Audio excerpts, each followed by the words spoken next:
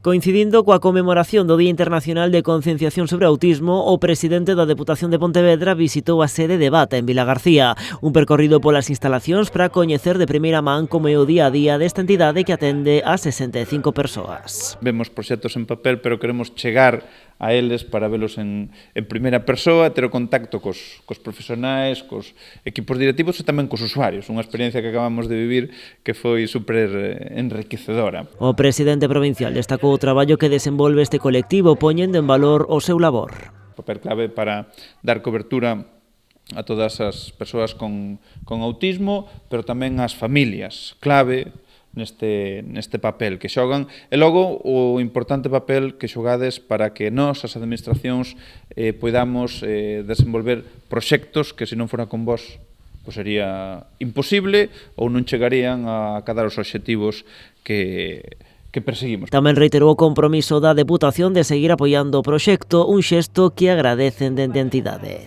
É unha forma de coñecer de maneira, falámoslo fai moi poquinho, de in situ todo o traballo que se fai na asociación, que este ano ademais cumplimos 35 anos, e bueno, é un ano especial tamén para nós, unha aposta máis de coñecernos, de poñernos cara, de alguma maneira, de traballar xuntos tamén, e das axudas que a Deputación, neste caso, tamén reporta a Bata, que para nós é un privilexio. Na visita tamén estivo presente a deputada provincial de Igualdade e Benestar Social, Sandra Bastos.